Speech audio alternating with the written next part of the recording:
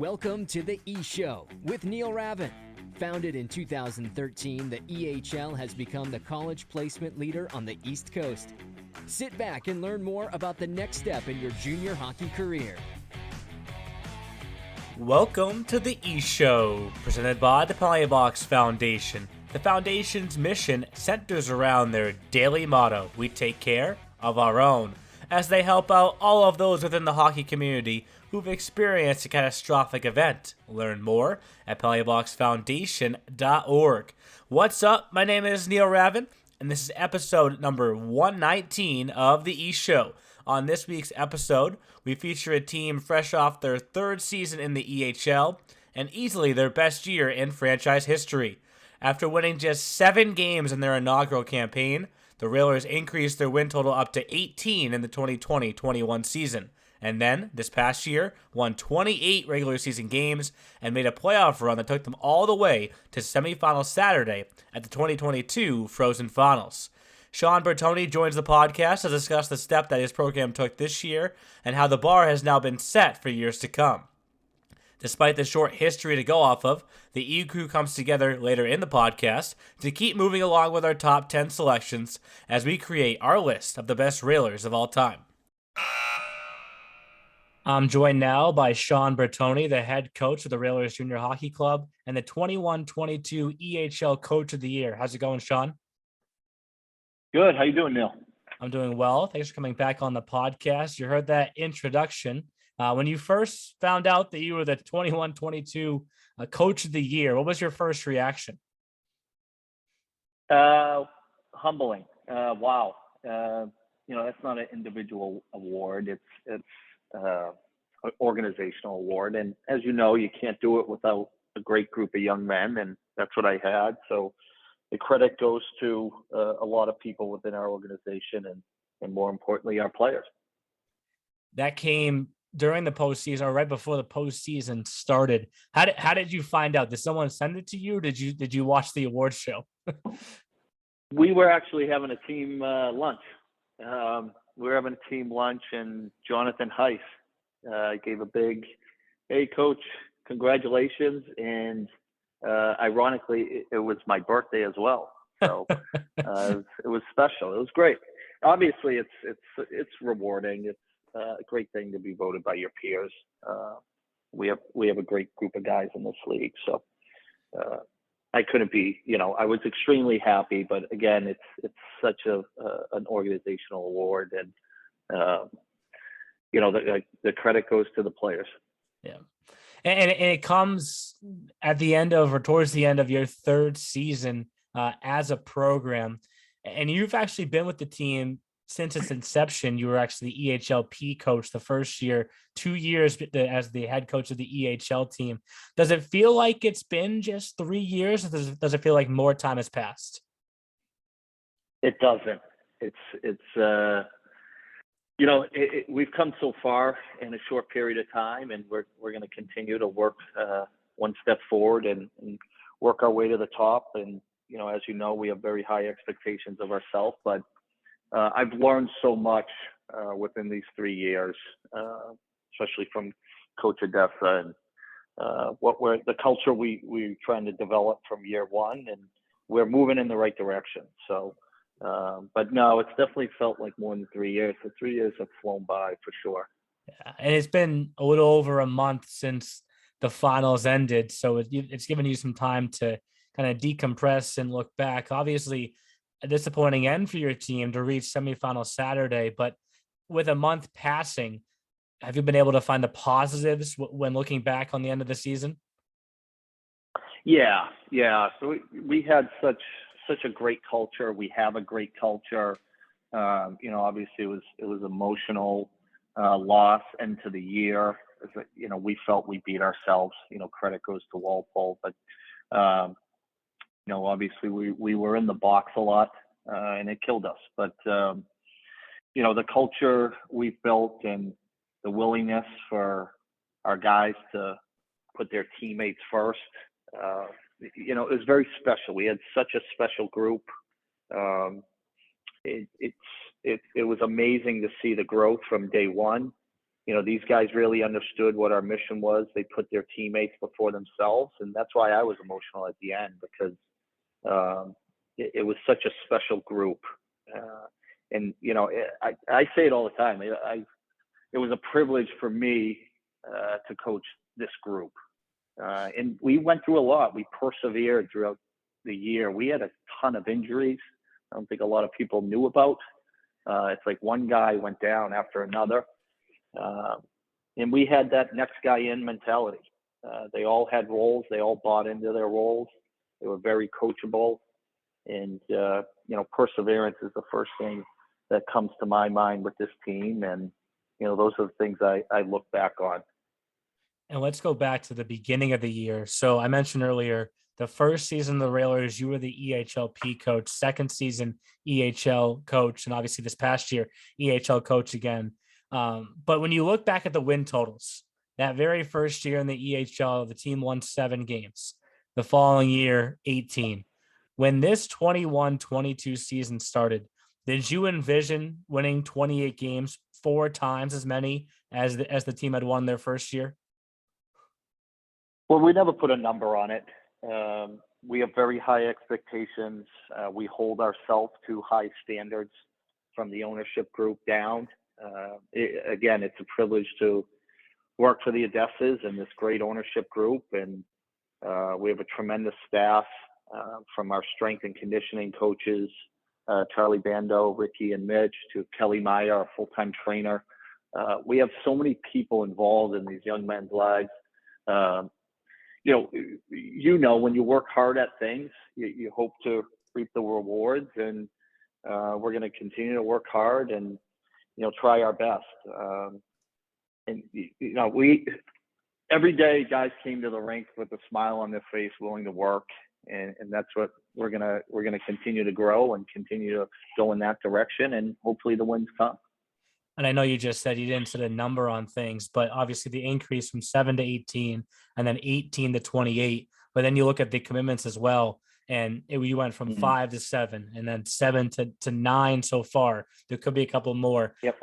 You don't put a number on things, but how do you then still set the bar higher than what you just did, which right now, 28 wins and 9 commitments, that's a good year. How do you still set the bar higher than that?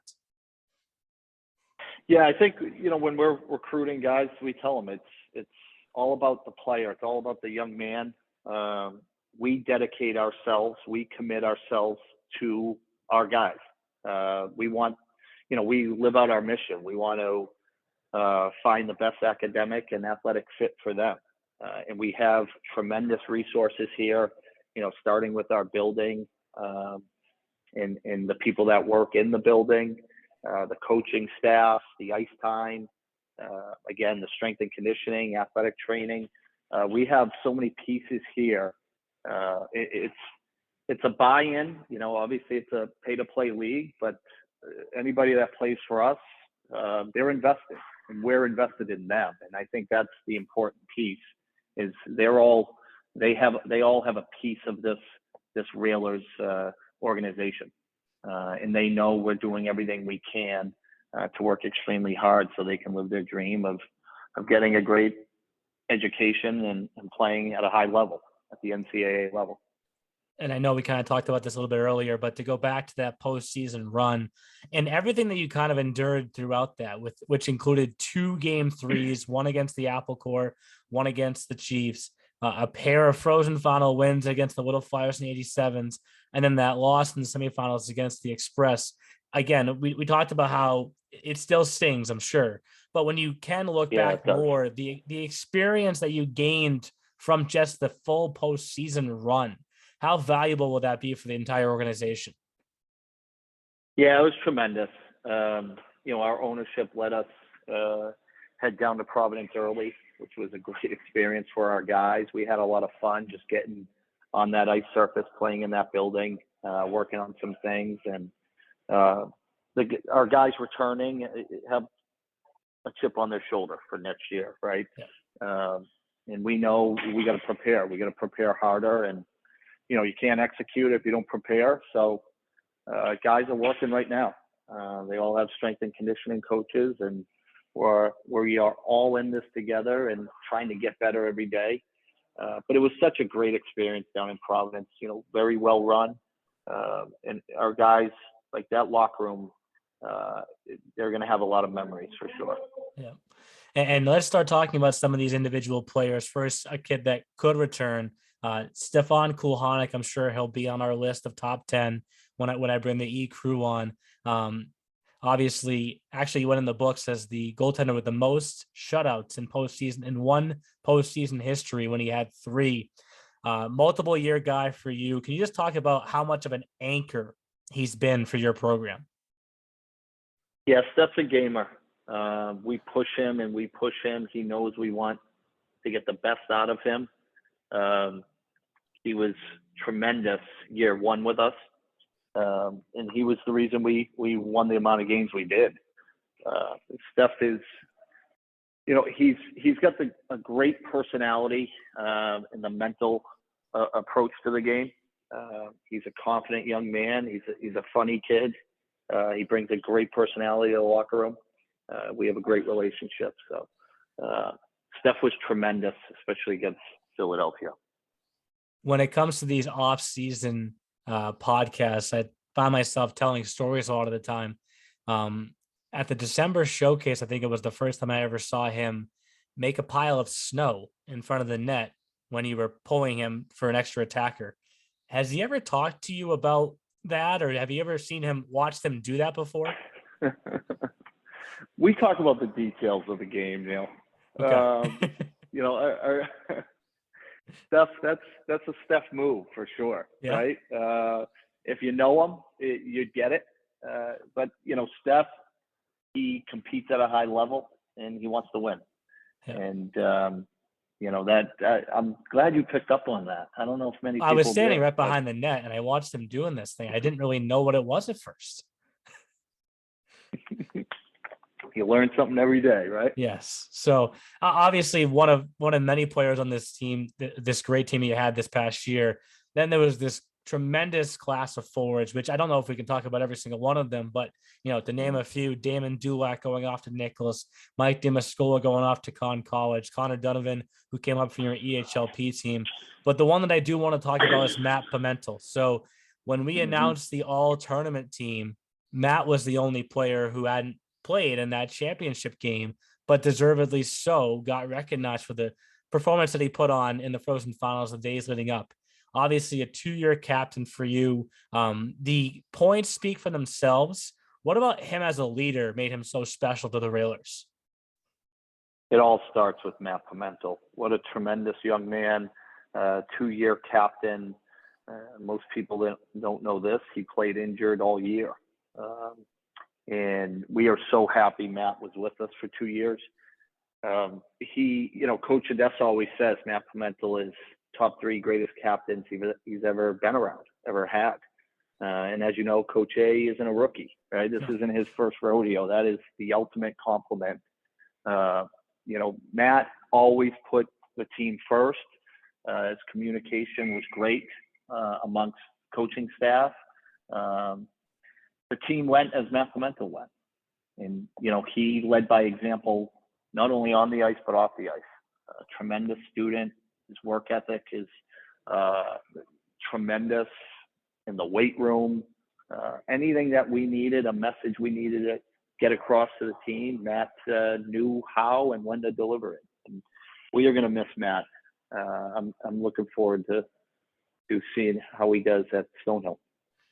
And I think that's a great transition to bring in the crew now, because there's no doubt that Matt will be part of the top 10. So I want to thank you for coming on the podcast. And once again, congratulate you on the Coach of the Year award and the best season in Railers history, and hopefully an even better year this upcoming season. Thanks for coming on.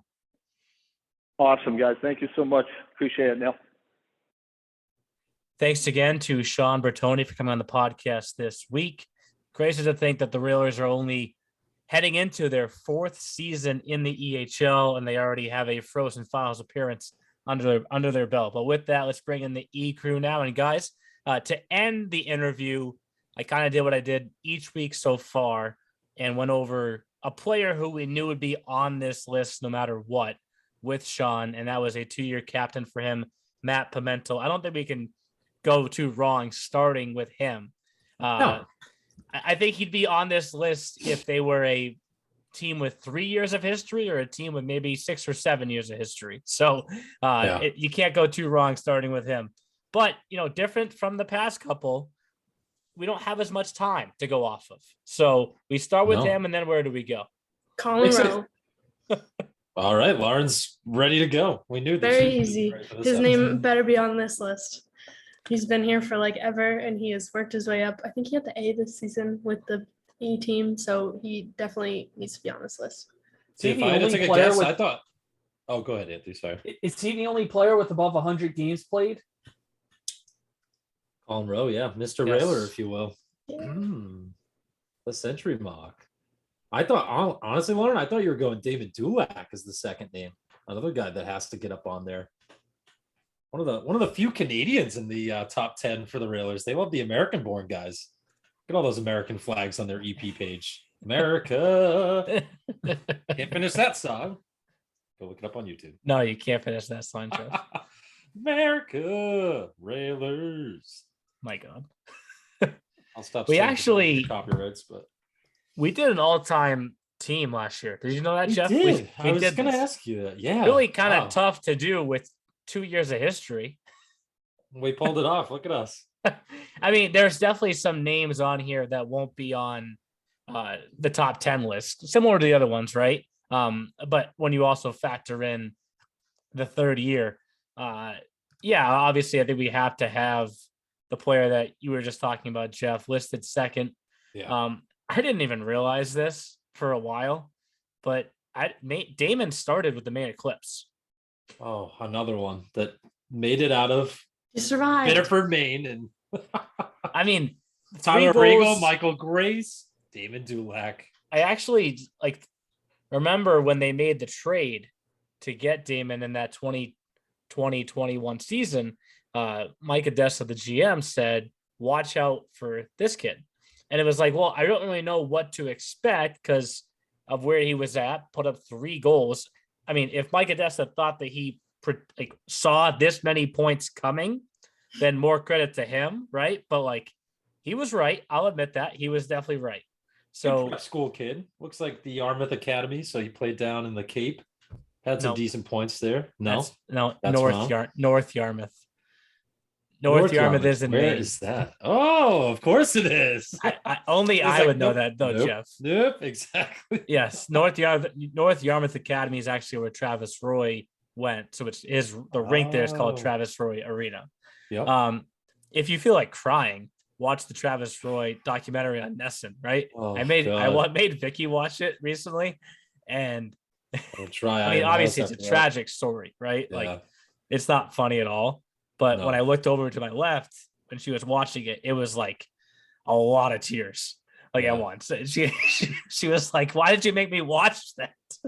No, it is a gripping, and we just lost Travis Roy. What was that, last year, 2 years ago? About a year ago, yeah. About a year ago. So Dulac coming from there, that's awesome. The rink is named after Travis Roy. They're at North Yarmouth Academy. So there's been a number of kids that have gone from NYA to the EHL recently. So that gives us 3 so far in Pimentel, Dulac, and Rowe, which all 3 of those players were on the all-time team.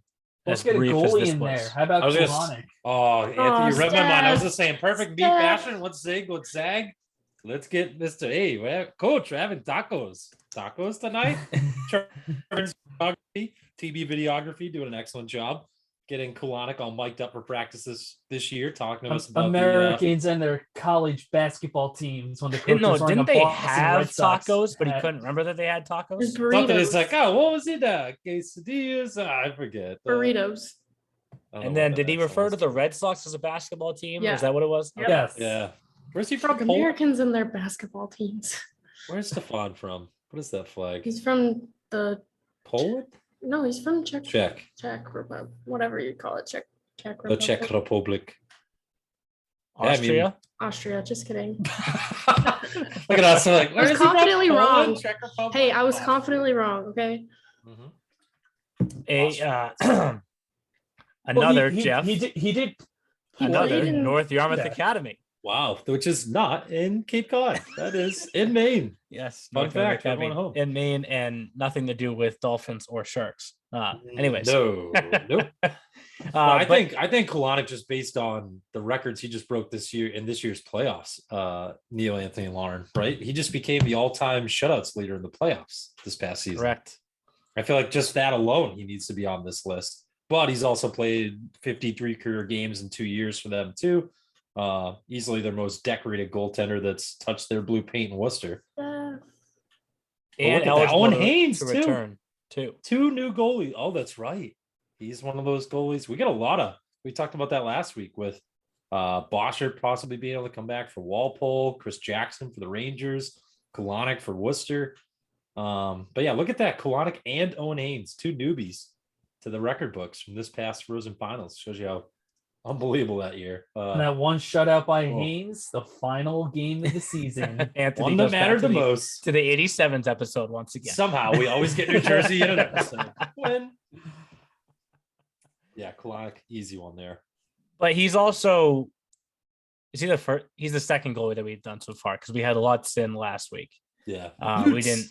We didn't have any goalies on the list from the 87s week, but for Kulhanik being an 0-2, he's actually eligible to return too. So different from the 3 guys above, Kulhanik can come back, and when you can bring back a goalie that has the experience that he has, it'll only That's make you huge. better, right?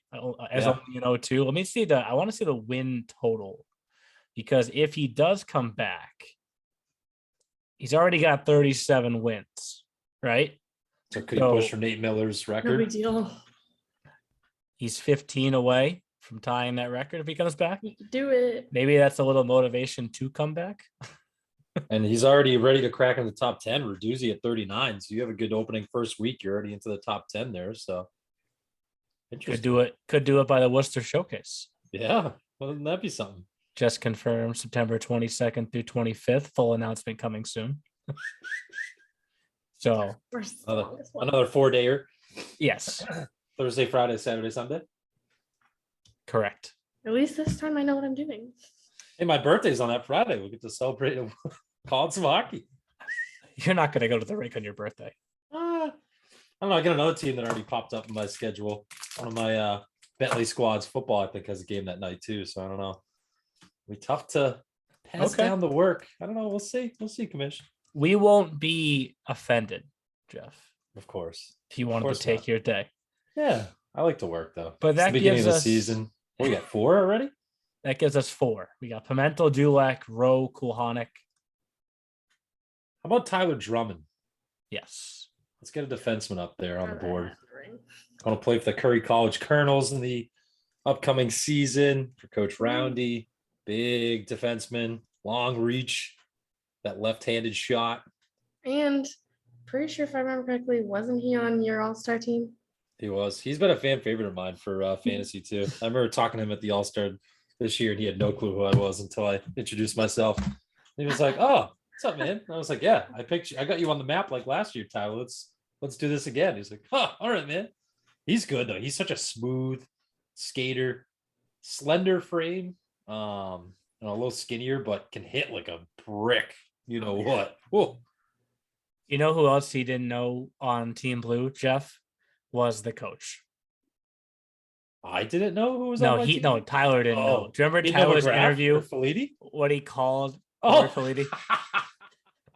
Corey, what was it? Falite? He called him Phyllite.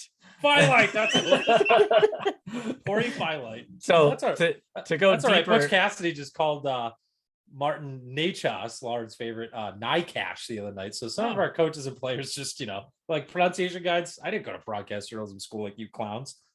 X Maybe- that out. maybe that our guide next year should go further than just the players on the roster. It should go to the coaches as well. Yeah, tough ones, Don't they have to get Well, headshots too? Then we Hey, have what? to. I said, don't they have to get headshots too? So They do, they I can, think. they can Don't be they on the have- media guide. They do. They have Um, headshots. that will be tough to get because some of them won't want to stand still for that long. But yes. Answer their I just pads thought it was all. funny because I remember that interview going out and I was like, he just called him Coach Phyllite. but whatever. It's all good. Hey, it's like my Twilight college Violet. told me, just be confidently wrong. If you think it's like, Mm. just say it like you are 100% sure that's what it is, even if it's wrong. I'm sure Tyler did that. Really, we he's- just did he's- it not even 5 minutes ago with Steph. Yeah. But So he's on this list for his hockey prowess, not his pronunciations of humans. So moving So along. my next one that I want to go with probably spent the shortest amount of time of anyone with the Railers because he's joined towards the end of the 2020-21 season. But I don't know if we've ever had a faster skater in the history of the league. KB. Like Al Yeah. Bankoskis. Like I knew it. puck on his stick or puck not on his stick. Like Collier. it was another speed, another level. And like I said, he joined late in that 2020-21 season. In 22 games, he had 28 points. Like he brought an extra spark to them. Obviously, he's at UMass Boston now. Had 6 points in his freshman season with the Beacons. I don't think he scored against us. Anthony, you called the game. You would know. Yeah, I don't think he scored, but I do remember calling his name fairly often. He was really good. I mean, there were so many great players on that UMass Boston team. how do you If he say did that? score, I probably missed it while trying to catch up with the play filming. So It's Collier, Riz. I remember Collier. Collier. Bankowskis, hell of a name. I Oof. thought that joke would have got more laughs. Oh, what was the joke? I missed that. I was filming, remember, and I couldn't keep up with the play. I almost missed the only goal that we scored. Commissioner You got Cameron, it, Bill. Bobby You got- got it. It was close. So Man of many talents, Neil Ravin. there's 6 so far. And actually we have four forwards, a D and a goalie. So a little variety for us for once. Hang on, but before we like completely blow through all 10 players, Neil, you got any good stories about the Railers or Lauren? Let's We haven't gone to the story time. We're like 20 minutes in Yeah. here. What's going on Anthony here? lives for story time, huh? A lot of the fans do, too. absolutely. All right, so Anthony, this one time the Railers hosted a showcase. It was actually this past September. And I was so excited to eat breakfast that day that I walked upstairs and they had waffles and they were dynamite. There's your story.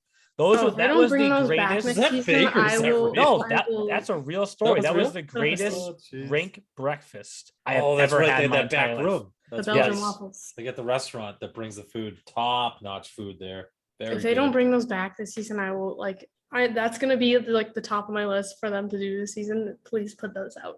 I can't wait for September already. Love that rink. Food's great. 4 days. Let's go. The Birthday, forget it. only thing about that rink is the Oh. fact that we have to call games in the penalty box in one of the rinks. Oh, yep.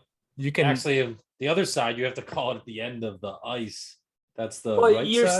still Little much platform. higher, and I think it's still generally a better vantage point than having to stand up on the penalty box, especially when a player comes into that penalty box to sit right next to you.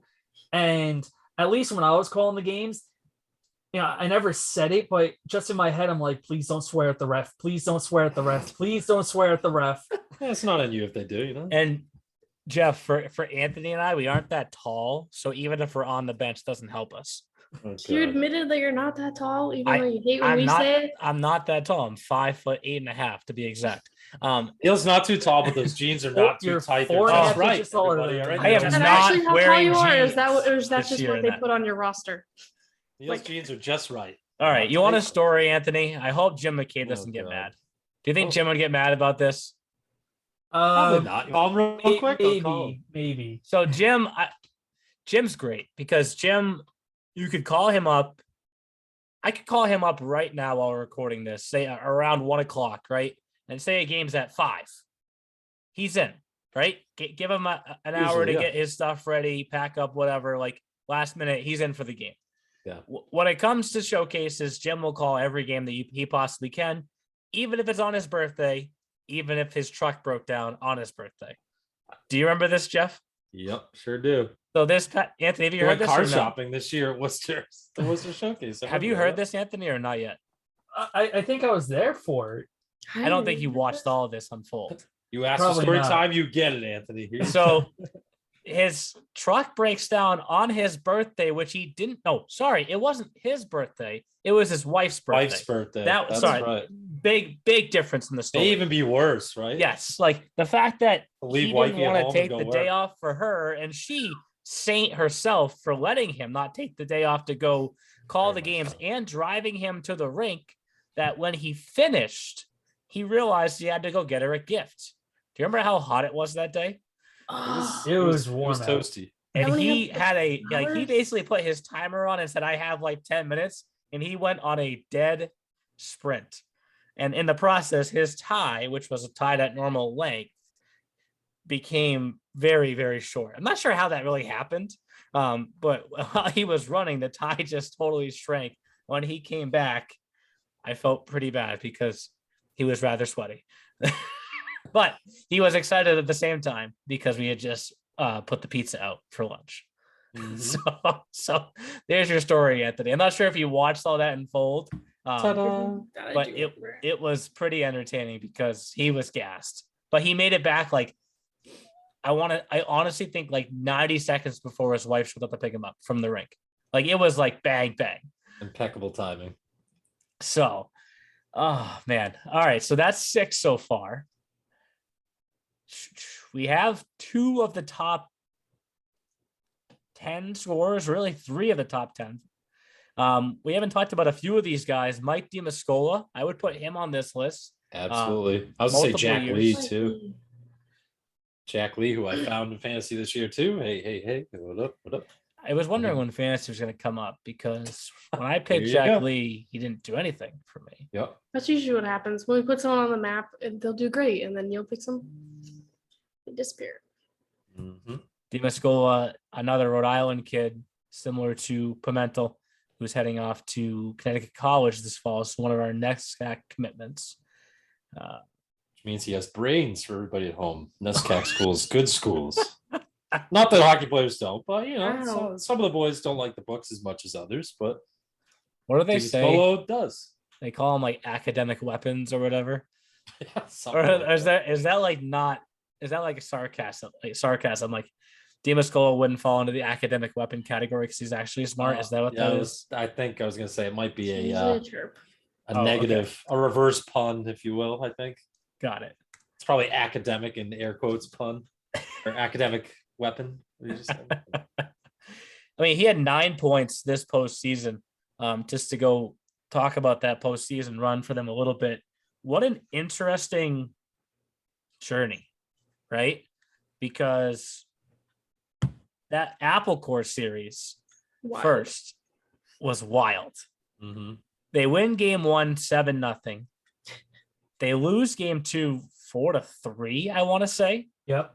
And then they fall behind in game 3, 3-1 off 3 major power play Yeah. goals. Second period too. Yeah, Wasn't it? and Like then halfway just through? went, and then Oof. went gangbusters with 5 unanswered. Like Mhm.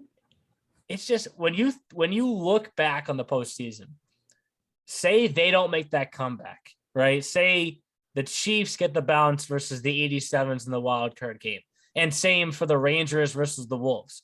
You could be looking at a totally different Frozen Finals, and the way that the whole Chiefs, thing plays. Rangers. Wow, that would be.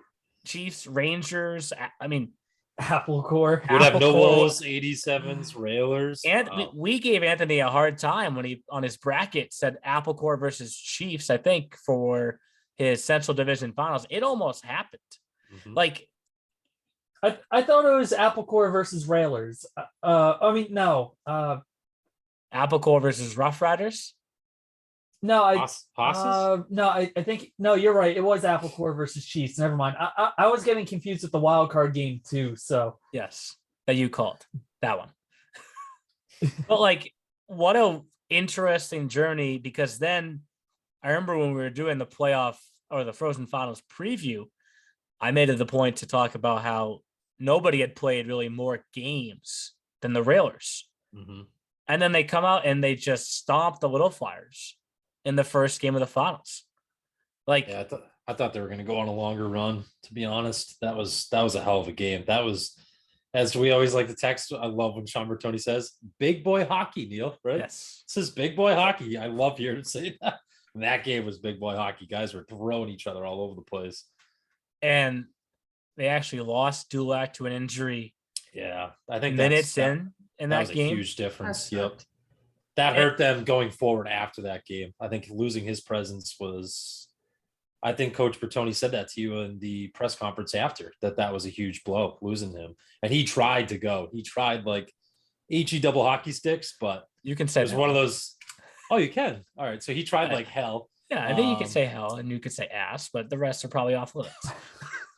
But he did. He tried like hell, and it was one of those injuries that you just you don't want to talk about it because it was somewhere in the upper area that's very fragile, and you gotta look out for that. And he couldn't come back because of that. So unfortunate. But it's just like it's funny how it plays out because maybe they had some of the biggest question marks when the finals began. But then they come in and they beat the Little Flyers, beat the 87s, and they probably flipped the script around to the point where they looked like the favorite on semifinal Saturday. And then just ran into Jack Bosher, who really didn't get solved. It was honestly a battle of good goaltending in that game because you have Mhm. Steph and you have Boschert. So it's like, it's who's going to end up being the better goaltender that day. And it just like, Steph just wasn't, it was hard to watch, but like, it was a fun one to watch too. Cause it's like, you have two huge goaltenders like that. So it's like, you have no idea how that's going to go. Cause they're both just so good in their own ways. Yeah, for sure. One of those games that if you played it 10 times, probably plays out differently all 10 times. Right. Mm-hmm. Absolutely. So that's, as I mentioned, 7 so far. And we haven't named a few other names that we could. You know, I know that Tucker Twardowski wasn't on the team for the past 2 years, but he was part that their first year, that 1920 season was the year that they had Twardowski, Korshane, and Vanakis. That was that line that they had that in their very first year. And then they were able to move Korshane and Vanakis before the playoffs that we didn't even finish, but different conversation. But they were solid for them. They brought in Benson partway through the 2020-21 season. Jagger Benson, that's right. Yep. He played a huge role in getting them past the Wizards. We talked about that Wizards series on last week's podcast because I was calling the Wizards games and I was the only one of the 4 of us on the podcast at the time that picked the Railers, despite all the trips I got from Jack Johansson.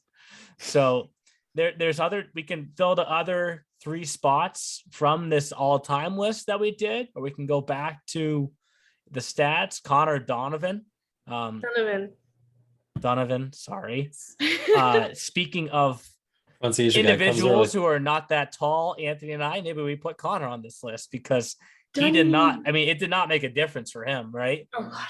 He put up 29 He was points. always in those gritty areas, just like he's one of those ones, he's not afraid to use his body. Like he may be a little smaller in stature, but like he's a stocky dude. Like he will just like get in those gritty areas and be the player you want on your team. He had 24 points in 22 EHLP games, 2020-21 season.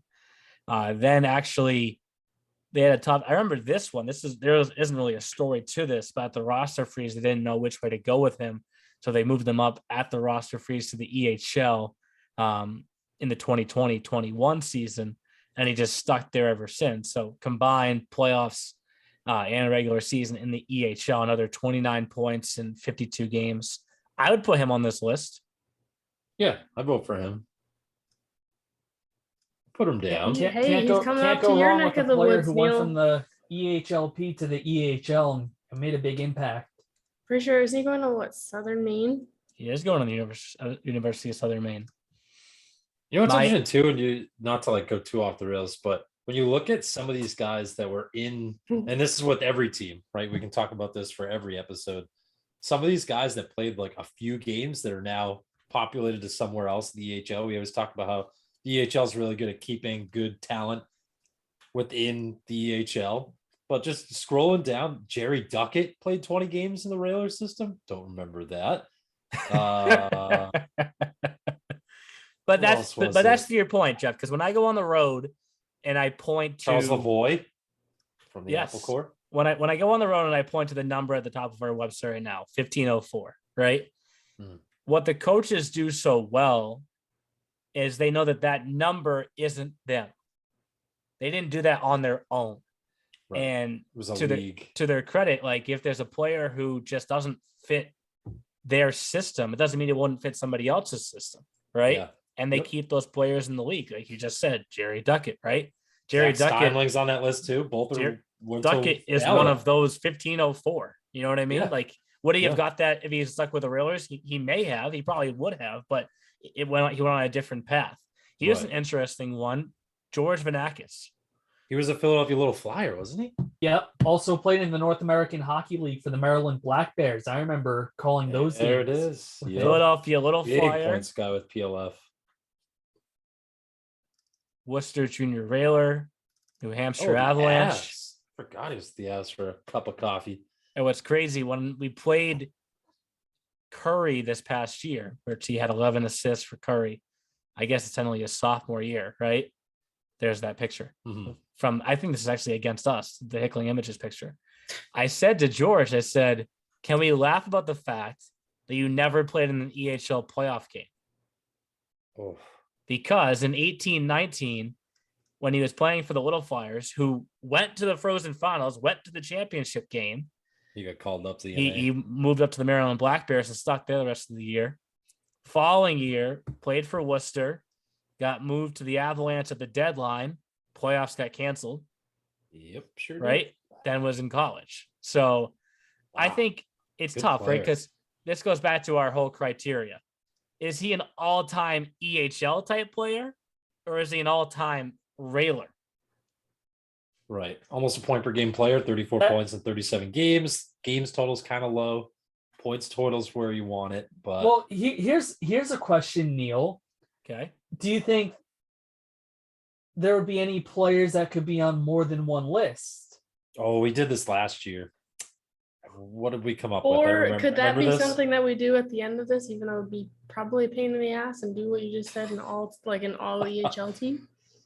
Mixed drink, if you will. It's right here. Here's the all EHL team that we did last year. Yeah. I mean, is that what we need to do at the end of this? But this is where it gets interesting, Lauren, is like, this is the list that Jeff and I came up with last year that has 20 guys on it. George isn't on this list. This is the top 20 players in the history of the league, right? Yeah. So you can't put like March, no offense to Vanakis, but to trim this down to 10 is going to be hard enough when we get to this point. Absolutely. Caden Primo, Edwards Traumarks. This is out of this world, right? We also those are some guys in the NHL right now. We did this one too, Jeff. Remember this one? Pretty good. This is the EHLP to EHL list. That might have been one of my favorites, actually, because of, like we always talk about, the advancement of what the EHL is about. Getting from, we always talk about the poster board, like commercial, right? You come here, you start Premier, you move to the EHL, you go to college. That's if you could draw it up, every single player that you recruited, you'd like them to follow that path, right? Yes. So this EHL Premier to EHL team is like exactly what you want. But I'm glad I'm showing this, because I think that we did this prior to this past season. So Donovan could replace Joe Lazat on this list. Yep. Right? Who also played for the Railers. Nothing against Lazat, but I think Donovan made a different step up to the EHL than Lazat did from EHLP.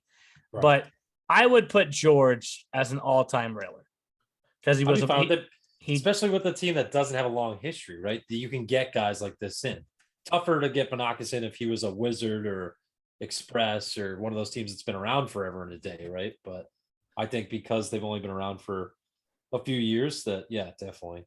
And he was part of that first year team, right? Like, it feels like so long ago that this team, the first Railers team, 1920, came in and won 7 and 36. That just goes to show you, though, that people didn't, Vanakis, those guys, what was it, Korshane, right? Other, so those. You know what I called them? You know what? Here's another story. Korchesny?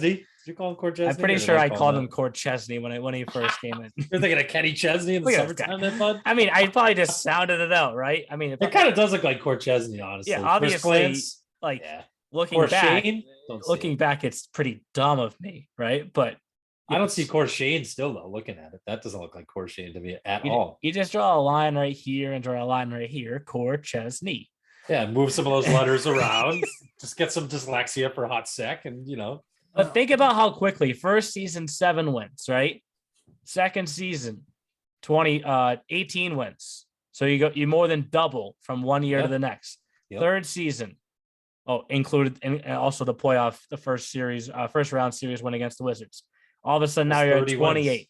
So you won 4 times so many games from your first year in your third year.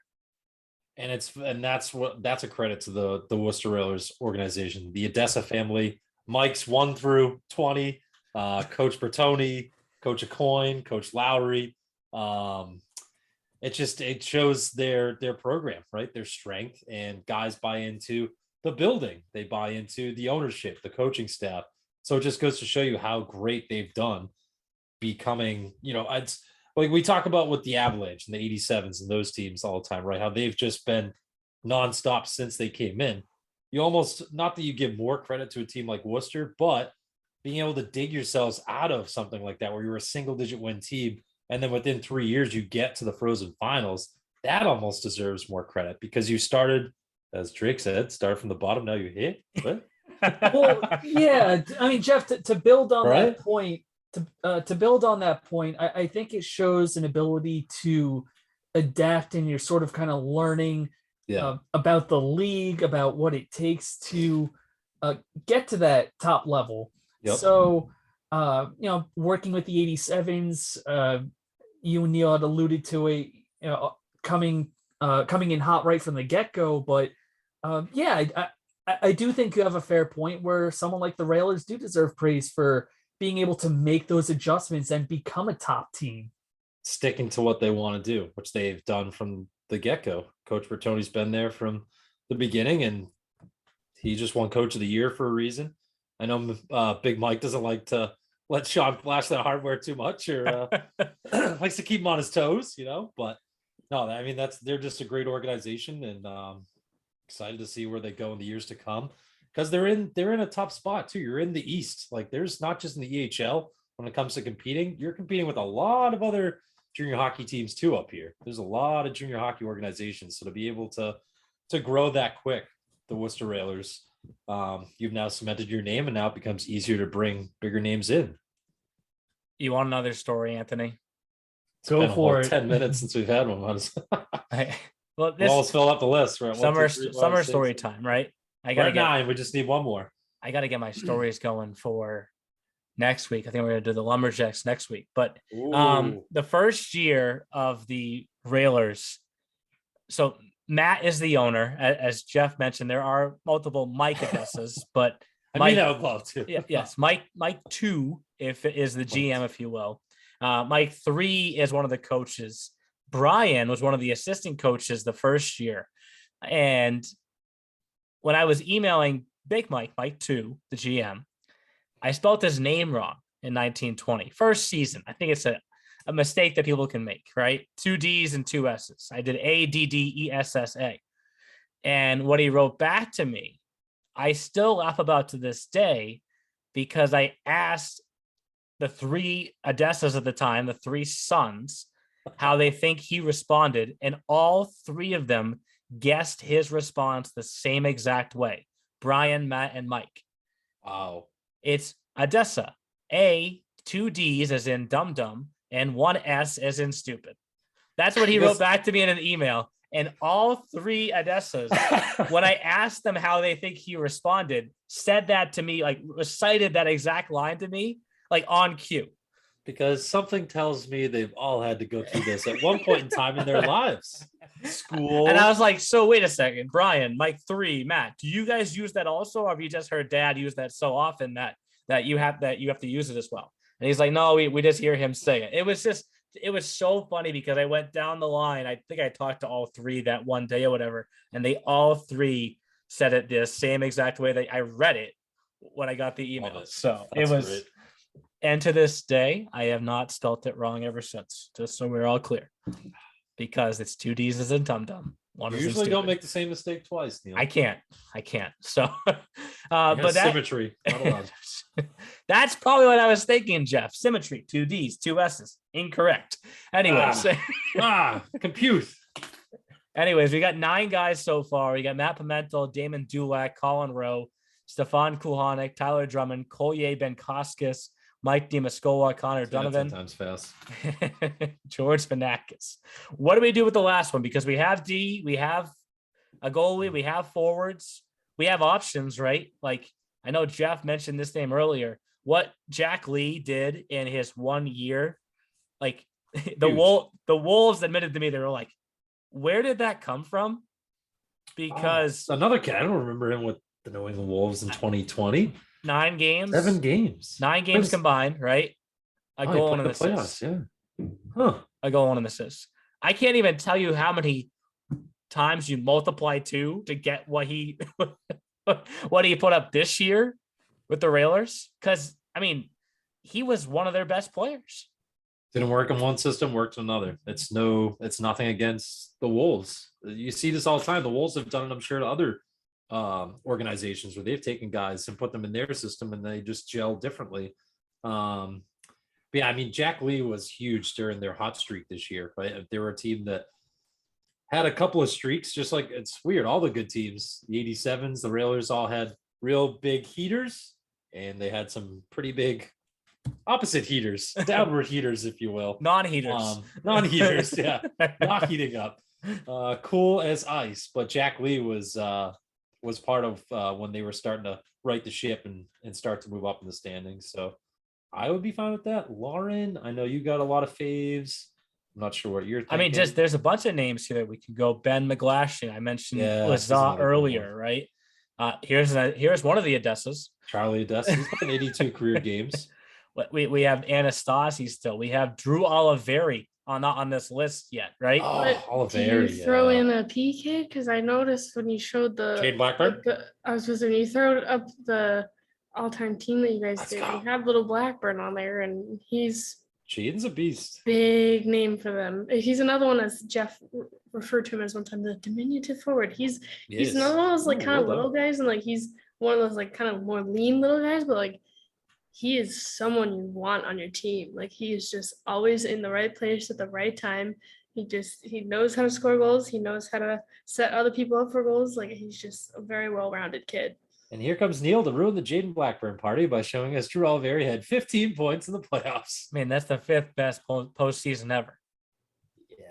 Like, Well, I hope he comes back, right? As an 0-2. I hope so. only 19. Wow.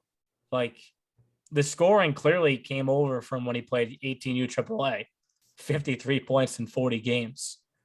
Number of kids so far this year have signed with new teams from that North Shore Hockey Academy. Where is that? That is not Maine. That is not. That is not Yarmouth. Maine. No, that's in Middleton, Mass, coached by Sean Tremblay. Oh, Sean Tremblay. We know him. Yes. Yeah. So, number of players that played 18U last year that have signed with teams this year. I want, for example, we'll get to the Seahawks later, but there's a player named Mikey Collette coming to the league. Bill Collette's son? Nephew, I want to say. Nephew. Okay. One of the Seahawks. So maybe he'll have the same impact that Oliveri did. But look at the season Oliveri had. Not included in this point totals were the 0 he got me when I picked him in fantasy. I'm going to add that to the elite prospects page. How many fantasy points did you get, Neil Revin? Could you imagine if it showed what on their like past teams are teams? Man, Fantasy that would be another stats. level. Woo. But It costs us a few bucks. 54 points in 54 games combined, regular season and postseason. Yeah, I think he has to be on there. And All the Odessas are going to be right out. Hello, guys. Drew Oliveri. Hello, anybody? We don't put him on there. Yeah. And like the thing about Drew also is like, it's just one season, right? Yeah. Like what could he do in a second year? Now bring up Jaden's EP page if you could. Does it do a quick comparison? Yeah, just because this is the cool thing about doing these episodes, right? Is even if you don't make the list and we talk about you, you still get the spotlight you deserve. And Jaden is someone that not just because we love his brother Trevor and how good he is, but Jaden is a very good player. The videos this year showed that, the replays. But he's that's I wanted to see. He's been with them since the beginning, I believe. Well, plus, I think it was when Rowe moved up that he ended up with the C, if I remember correctly. Somebody moved up and then he got the C, and he just wore it so well, and it's like such a good leader. Yeah, he's over 100 games with the Railers in his career, all at the premiers so far. Has a 20-goal season in there, 2 30-point seasons. 80 points. Big guy in the playoffs, yeah. He's eligible to come back too. Wonder if he makes a jump to the EHL. 5'6", 126. That is that just goes to show you though. Like that's like we've all talked to Jade. He's a really cool kid. He's not him and Trevor aren't like shy about, they're smaller in stature, but like they don't let it bother him. Trevor played football at Springfield. Like the Blackburns are athletes. Jaden is a very good athlete. I would love to see him at the EHL level this year and see what I think if he does come like re-sign with the Railers, I think he probably deserves a spot on the big team. And they're not afraid of that. Connor McAleer, right? He's only like 5'4", 5'5". He is coming back. They recently I just saw he announced he is coming back. So they're already used to having smaller forwards on their third and fourth lines. I think Jaden would be a nice piece to that third or fourth line. Just saying, but I don't run the team, so that's maybe a year from now, he's on this list. Right, but we just gave him some talk. He deserves it. Are we good with this list? I think so. Unless there's anyone else we want to bring up like Jaden and just kind of talk a few minutes about him, or. So we have one goalie and Stefan Kulhanik. Yay. We have 1D and Tyler Drummond, and then 8 forwards and Matt Pimentel, Damon Dulac, Colin Rowe, Collier Benkoskis, Mike Demaskola, Conor Donovan, George Vanakis, and Drew Oliveri. Very different names. None of those names are at all the same. Nope. Nope. I'm good with this list. I like it. It's a good blend. Good blend of, you got a couple of original guys. You got a couple of guys that were there for a few years. A couple of guys from this past year's most successful team in Railers. Short history. Good blend. So we've kind of bounced around so far with the teams that we've picked, right? So we started with the 87s, who had 5 years of history. Does that include the EHLP year? Yes, that includes the EHLP year. 5 years of history. Then we went to the Wizards, who had 9 years of history, right? Railers, who had 3. And then next week, to get to do your homework and start doing research again, we're going back up to 9 years once again. Vermont, just like the Wizards, almost an original franchise, came in the same year the Wizards did, that 2014-15 season. They were playing under a different name the year before. Here's your history the Washington Junior Nationals? Yes, the Washington Junior Nationals were the team that was sold and relocated to Vermont. So in a way, they're almost an original team. The Wizards were expansion, right? Going into the 2014-15 year. Didn't have a team in 13-14.